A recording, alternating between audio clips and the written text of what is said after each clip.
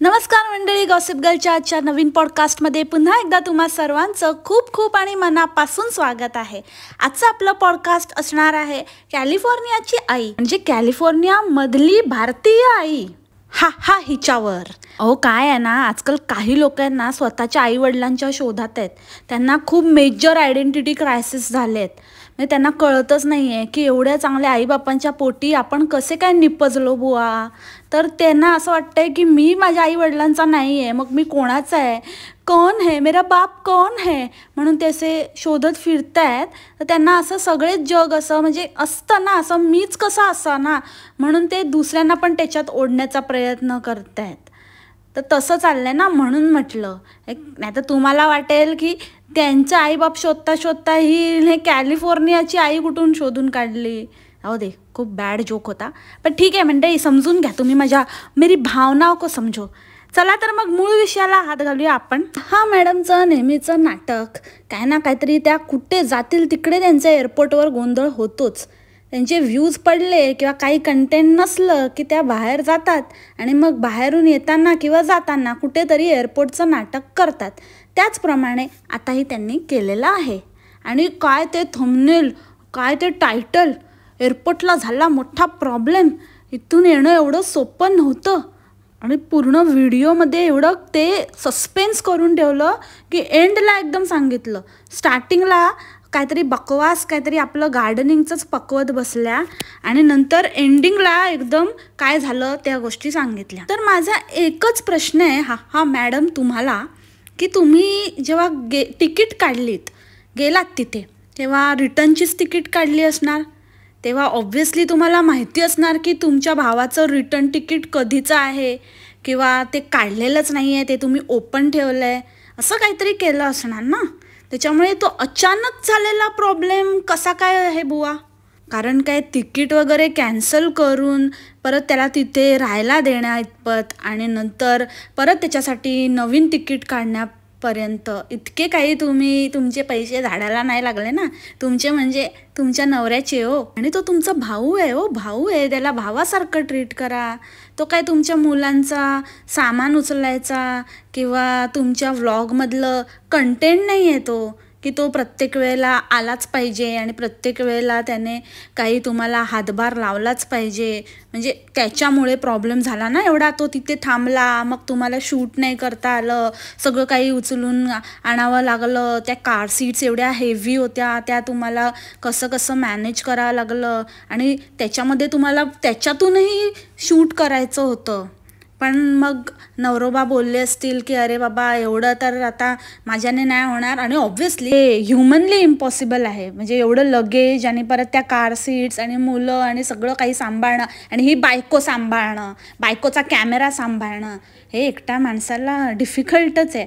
म्हणून त्यांनीच तुम्हाला सांगितलं असेल की आता नाही तर तुझा भाऊ नाही आहे तर तू तुझं ते साईडला ठेव, नंतर स्टोरी सांग, पण शूट बीट करायचं काय ह्याच्यात पडू नकोस बाबा। त्यामुळे ते शूटिंग झालेलं नाही मंडळी। पण आता शूटिंग तर नाही करता आलं, पण कंटेंट तर कमवायचं आहे ना बाबा। मग इतना अच्छा कंटेंट कसं काय आपण सोडणार, म्हणून मग ते स्टोरी फॉर्ममध्ये सांगण्यात आलं, आणि मग ते एकदम थंबनेल, क्लिकबेट वगैरे टाकण्यात आलं। मला तर काय वाटतं माहिती आहे मंडळी, तो तिथे राहून जॉबचं वगैरे बघत असेल, आणि कदाचित त्याला इकडे जॉबच नसेल। नाही, इतकं वर्क फ्रॉम होम आता कोण देत आहे बाबा। आणि US सगळे जिथे आता आपल्या कॅली मॉमीचा नवरा पण तर जातोच आहे ना ऑफिसला, मग ह्यालाच कसं काय एवढं वर्क फ्रॉम होम? आणि हा म्हणाली त्याचे फ्रेंड्स पण वर्क फ्रॉम होम करतायत। असे कुठले सगळे स्पेशल नोकरीला लागलेत की सगळ्यांना वर्क फ्रॉम होम आहे, आणि मग ते सकाळची कामं आटपतात आणि मग संध्याकाळी भेटतात वगैरे। आणि जर त्याचे मित्र होते तर त्याचे मित्र त्या सेरेमनीच्या वेळेला कुठे होते बरं? नंतर पण भेटले असतील तरी ते आता Airbnb वगैरे असं काहीतरी करून एकत्र राहत असतील, आणि आपल्याला आपले फ्रेंड्स किंवा तिथल्या आपल्या युनिव्हर्सिटीच्या एरियातले जे राहणारे आसपासचे फ्रेंड्स जर भेटले तर त्यातून आपल्याला आयडिया पण येते ना की इथे काय जॉब अवेलेबिलिटी आहे, आपण ज्या युनिव्हर्सिटीतनं क्लिअर केलं आहे, MS केलं आहे, तर तिथून आपल्याला तिथे जवळपास काही जॉब अपॉर्च्युनिटीज आहेत का, आपले फ्रेंड्स कुठे जॉब करतायत, तर ते अंदाज घ्यायला पण तो थांबला असेल किंवा तिथे तो आता ट्राय करत असेल, तिकडे शोधत असेल जॉब. मला काही त्याच्याबद्दल काही बोलायचं नाही आहे, म्हणजे खरंच आनंद आहे मला, व्हेरी गुड. म्हणजे MS केलं, it's a big deal. But तरी मला हे म्हणायचं आहे की जर तुमचं कंटेंट तुमच्या फॅमिलीपुरतं आहे तर ते तेवढंच ठेवा ना. अननेसेसरी तुमचा भाऊ काय करतोय, काय नाही करत आहे, त्याला वर्क फ्रॉम होम आहे की तो वर्क फ्रॉम ऑफिस करतोय की काय करतोय, ते तुम्हाला सांगण्याची काय गरज आहे. कोणीही कितीही विचारलं तरी पण you are not answerable to anyone. पण आता तुम्ही त्यांना कंटेंट म्हणून वापरताय, कोणी येईल त्याला तुमच्या कंटेंटमध्ये घुसवताय, तर मग ते कंटेंट बनून जातात आणि मग त्याच्यावरती लोक प्रश्न विचारतात आणि मग तुम्हाला ती उत्तरं द्यायची नसतात. मग तुमचं असं असतं की नाही, त्याचं तुम्हाला काय करायचं आहे, तुम्ही माझ्याबद्दल विचारा, त्याच्याबद्दल नका विचारू. मग तुम्हाला हे पण सांगायची गरजच नव्हती ना की तो जॉब करतोय किंवा तो वर्क फ्रॉम होम करतोय किंवा तो तिथे थांबलाय. तिथे तुम्हाला आधी लोकांनी काहीच विचारलं नव्हतं की का, कसं काय तो थांबला, त्याला ऑफिस नाही आहे का, हे लोकांनी तुम्हाला विचारलं होतं का? नाही ना. ह्याला म्हणतात खाई त्याला खवखवे, म्हणजे चोराच्या मनात चांदणं. चिल्ला चिल्ला के बता दो स्कीम सबको. भावाला अक्षरशः कोल्हू का बैल करून ठेवले. नुसतं सामान वाहू, इकडून तिकडे सामान करायचं, हिला शूट करायचं. मॅडम गाडीमध्ये बसतात, ते पण अगदी बघून बघून बसतात की मला करतोय ना शूट, मी तर गाडीत बसते. एकंदरीतच ताईच्या उपकाराला कंटाळला भाऊ. पण असं वाटत असेल बाबा मी कधी सुटतोय या कॅमेरामनच्या ड्युटीतनं आणि मी कधी काहीतरी स्वतःचं करतोय आणि सेट होतोय एकदाचा ह्यांच्या चंगुलमधनं. म्हणजे नवरा तसा ताईंचा सॉर्टेड आहे, या ताईच्याच चंगुलमधनं कधी सुटतोय असं त्याला पण कुठेतरी वाटत असेल. मिळू दे बाबा लवकर त्याला जॉब चांगला आणि सुटू दे बाबा यातून. आणि तुम्हाला माहिती आहे का मंडळी, अमेरिकेमध्ये जिथे म्हणजे जर तुमचा एम्प्लॉयमेंट विजा असेल, जेव्हा तुम्ही स्टुडंट विजावरून मग नंतर एम्प्लॉयमेंट विजावर शिफ्ट होता, तेव्हा तुम्हाला तुमच्या फील्डमध्येच जॉब करायचा असतो, जॉब शोधायचा असतो. ही एक कंडिशन असते. तुम्ही असं दुसरं काही नाही करू शकत. म्हणजे स्वतःचं फील्ड सोडून भलतंच काहीतरी स्वतःच्या मनाचं, म्हणजे you cannot be a YouTuber or something like that. Even office म्हणजे जे आता आपल्या ताईंचा नवरा फार तुम्हाला जास्त दिसत नसेल, त्याची इन्व्हॉल्वमेंट नसते, सुट्टीच्या दिवशी वगैरे तो असतो. आणि अगेन ते त्याचं चॅनल नाही आहे, त्या चॅनलमध्ये खूप काही तो on working days major role play करत नाही. नॉट म्हणजे मेजर रोल काय तो नसतोच जेव्हा त्याचं ऑफिसचे दिवस असतात, जेव्हा म्हणजे वर्किंग डेज असतात तेव्हा. तर ते कारण का तिथे असे स्ट्रिक्ट रूल्स आहेत, काही पॉलिसीज असतात ऑफिसच्या की ज्याच्यामध्ये तुम्हाला सांगितलेलं असतं की तुम्ही ऑफिसच्या वेळेमध्ये तुम्ही फक्त ऑफिसशीच रिलेटेड आणि तुमचा सोर्स ऑफ इन्कम हा तुमचा ऑफिसचाच असला पाहिजे. तुमचे स्पाउस जे H4वर आहेत ते हे सगळ्या गोष्टी करू शकतात, डिपेंडंट्स तुमचे करू शकतात, but you are not allowed. तर सिमिलरली तिचा भाऊही ह्या गोष्टी नाही करू शकत आणि त्यामुळेच त्याला आता जॉब शोधणं आणि एक जॉब मिळणं हे खूप इम्पॉर्टंट आहे.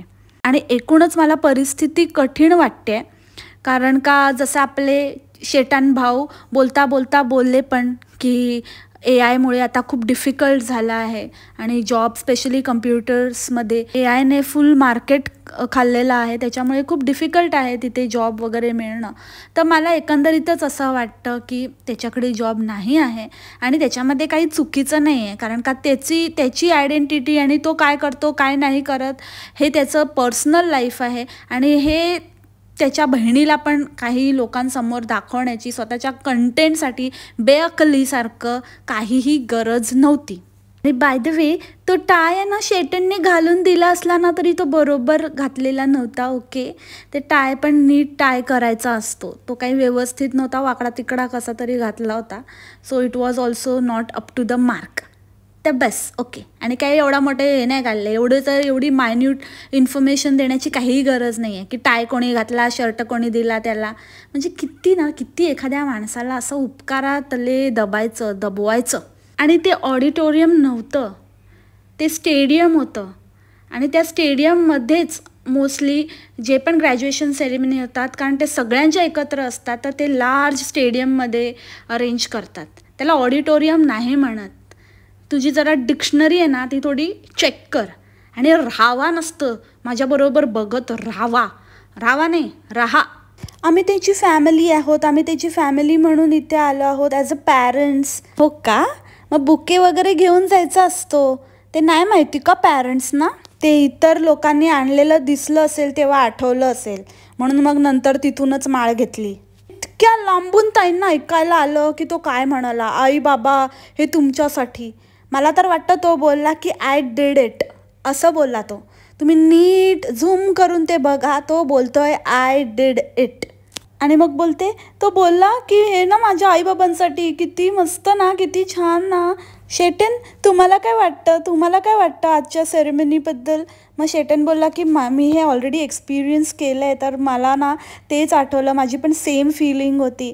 म्हणजे त्यांनी इनडायरेक्टली त्याच्या आईवडिलांना त्याचं क्रेडिट दिलं, तर मग बघितलं लगेच विषय चेंज. म्हणजे काहीच नाही, ओके. मला ते एकदम झमुऱ्याचीच आठवण आली. तो कसं लोकांना नाव विचारतो आणि मग नंतर बोलतो ओके, की पुढचं काही बोलायचं मग आता काहीच कळत नाही. मग आता शेटनरावांनी रिअल रिॲक्शन दिल्यावरती ताईंचा चिबो झाला. ताई म्हणतात ओके, आणि मग ते नंतर मग मुलाला आपल्या बोलतात की मामा इज ग्रेट, मामा इज ग्रेट. जे तुमचे आई बाबा द ग्रेट. आणि त्याचं काय, त्याच्या आईबाबांनी काहीच हे नाही केलं, त्यांचं काही क्रेडिट नाही बाबा. नशीब तरी हे सगळं लग्नाच्या आधी झालं होतं. लग्नानंतर झालं असतं तर ते पण ताईंनी म्हणजे एकदम डंके की चोट पर स्वतःवरच घेतलं असतं. म्हणजे मीच, माझ्यामुळेच हे शक्य झालं आहे. त्यावरून एक आठवलं मंडळी मला की US विजा 10 इयर्सचा लागतो ना. मग जर शेटनचे आईबाबा तेव्हा आले होते तर मग त्यांच्याकडे 10 इयर्सचा विजा असला पाहिजे. मग ते त्या बेसवर नंतर मध्ये दोनदा नाही, चला एकदा तरी येऊन जाऊच शकत होते ना. आणि विजा रिन्यू करणं हे काही फार डिफिकल्ट नसतं. तेव्हा काय तुम्हाला ती अख्खीच्या अख्खी प्रोसेस, इंटरव्ह्यू वगैरे करावा लागत नाही, तो इझिली रिन्यू होऊ शकतो. तर आता तर मला काहीतरी गडबड वाटते बाबा, कुछ तो गडबड आहे दया. ते का नाही आले इतक्या वर्षात डिस्पाईट हॅव्हिंग विजा. आणि असं फटाके कोण फोडतं? मला तर नाही वाटत असं फटाके वगैरे फोडत असतील. कारण म्हणजे ज्या अशा टॉप क्लास युनिव्हर्सिटीज असतात, लाईक ज्या अशा इनिशियल टियर्समध्ये येतात, तर त्यांच्यामध्ये तर असं फटाके वगैरे नाही फोडत. आणि मला वाटतं की 2च जणांना पासेस मिळतात, लाईक आई आणि बाबा, फक्त एवढंच पासेस मिळतात. ह्यांनाच यायचं असतं. एवढे पासेस असे भरमसाठ देत नाहीत, वाटत सुटत नाहीत. आणि हे फटाकेच्या ऐवजी बहुतेक पार्टी असते त्याच्यानंतर, लाईक लंच वगैरे किंवा डिनर असं काहीतरी पार्टी असते. आणि त्याच्या आधी ते मुलं असे त्या टोप्या उडवतात आणि मग फोटो बिटो काढतात असं ग्रुपमध्ये वगैरे. हे सगळं मी बघितलेलं आहे. तर ते तर काहीच दिसलं नाही ना. याचे मित्र कोण दिसले ना, असं ग्रुपमध्ये असं काही पॅरेंट्स वगैरे एकमेकांशी बोलतायत तसं काही दिसलं ना. हा कुठल्या फ्रेंड्सबरोबर, ह्याचं पण झालं हा ह्यांच्याबरोबरच बाहेर आला ना. ते टोपी उडवायचं सेशन झालं आणि काहीतरी वेगळंच होतं, फटाके बिटाके फोडायचं. म्हणजे काहीतरी अजबच होतं सगळं काही. आणि अजून एक मंडळी, मला अजून एक डाऊट आहे की हिची जी बहीण आहे ती आत्ताच येऊन गेली ना. म्हणजे हे लोक निघणार त्याच्या आदल्या दिवशीच ती गेली परत. तेव्हा ती सुट्टी घेऊन किंवा वॉटेवर कशासाठी पण आली होती. तर तिने मग ह्या वेळेलाच यायचं होतं ना, तेव्हा येण्यापेक्षा. किंवा थोडं लेट येऊन ह्यांना ह्या इव्हेंटसाठी जॉईन करायचं होतं. तसं पण ताई म्हणाल्या ना तिचं आणि त्या भावाचं जास्त बॉन्डिंग आहे. मग ती आता का नाही आली? दोन्ही बहिणींनी मिळून भावाचं कौतुक केलं असतं नाही का? कॅप्चर करायचेच होते तर मग नंतरचे मुमेंट्स कॅप्चर करायचे होते ना. की मग आईवडिलांशी व्हिडिओ कॉलवर बोलणं, किंवा म्हणजे त्यांना कसं झालं, त्यांचं रिॲक्शन, किंवा त्या बहिणीचं रिॲक्शन, हे सगळं कॅप्चर करायचं होतं. तुमचं ते फ्लॉप रिॲक्शन बघण्यात कोणालाही काही इंटरेस्ट नव्हता. That was so cringe. आणि किती ते असं म्हणजे टिपिकल कॅमेरासाठी दिलेलं रिॲक्शन होतं. म्हणजे आपण बोलतो ना लाईट कॅमेरा ॲक्शन म्हटल्यावरती एकदम असं हात वर केले ताईंनी आणि मग अशा उड्या मारल्या आणि भावाला मिठी मारली. Gosh, cringe ultra pro max. By the way, ती जी टोपी असते ना ती नंतर म्हणजे आपण मोस्टली आपल्या मेंटॉर्सना किंवा आपल्या पॅरेंट्सना वगैरे घालतो, like V owe them that, असं असतं. पण त्याच्या मनात तुमच्याबद्दल किती जागा आहे ते कळलं, कारण त्यांनी एकदा पण तुमच्या डोक्यावरती टोपी ठेवलीच नाही. म्हणजे जिजूंच्या तर जाऊच दे, पण साधं बहिणीच्या पण नाही. आउट ऑफ लव त्यांनी त्या भाचवंडांच्या डोक्यावरती ठेवलं. म्हणजे छोटी आहेत आणि प्रेम असतं ना मामाचं, तर त्याच्यामुळे मग त्यांनी त्याला क्रेडिट असं नाही, पण it was out of love. पण तुमचं काय, parents, we are his parents. बुरा कट गया, हा हा, बुरा कट गया, हा हा हा. अजून एक महत्त्वाची गोष्ट म्हणजे अमेरिकन युनिव्हर्सिटीजमध्ये तुम्हाला शूटिंग अलाउड नाही आहे. म्हणजे तुम्ही फोटोज वगैरे काढू शकता, बाहेरच्या बाहेर शूट करू शकता, पण तुम्हाला आतून पूर्ण युनिव्हर्सिटी वगैरे शूट करायची असेल तर प्रॉपर परमिशन घ्यावी लागते आणि then only you can shoot.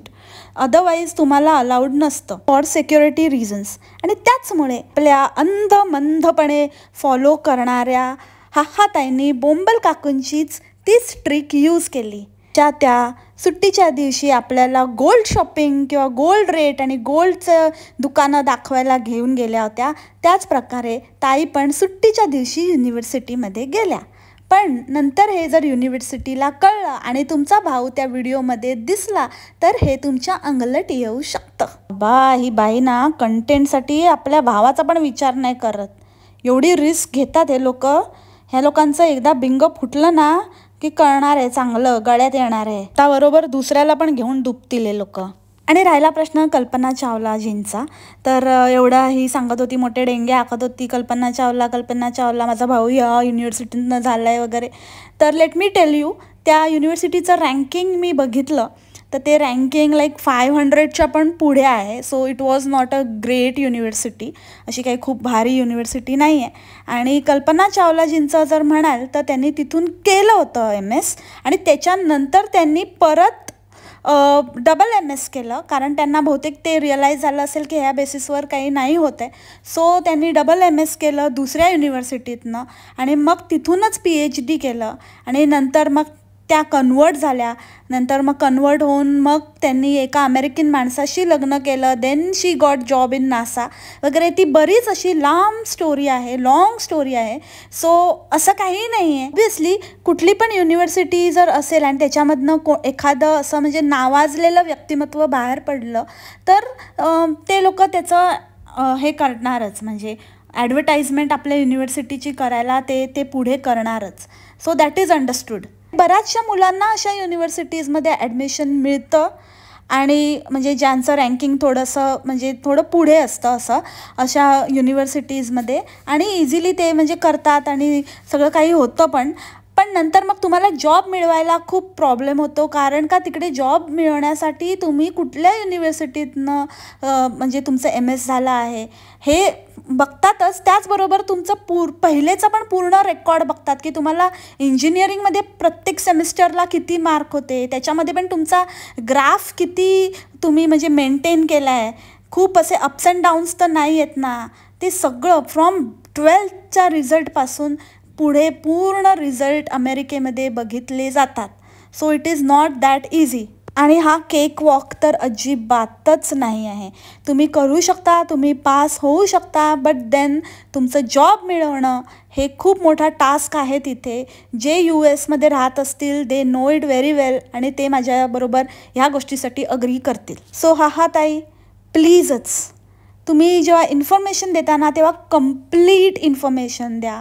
उगाचच माझं कसं भारी, माझं कसं मस्त, माझं सगळंच कसं सॉलिड आहे, मी किती भारी आहे, लय भारी तुमचं असं डायलॉग आहे ना, म्हणजे तुम्हाला खूप असं दाखवायचं, असं खुमखुमी आली की मी कसं एकदम इंडियन आहे आणि मी कशी कोल्हापुरी आहे, तर मला लय भारी करत असताना, तर ते दाखवण्यासाठी दुसऱ्यांच्या खांद्यावर बंदूक ठेवणं बंद करा. तुमचं काय आहे ना ते तुमचं कर्तृत्व दाखवा, दुसऱ्यांचं राहू दे. आणि दाखवायचंच असेल ना तर मग फुल एकदम रियालिटी दाखवा.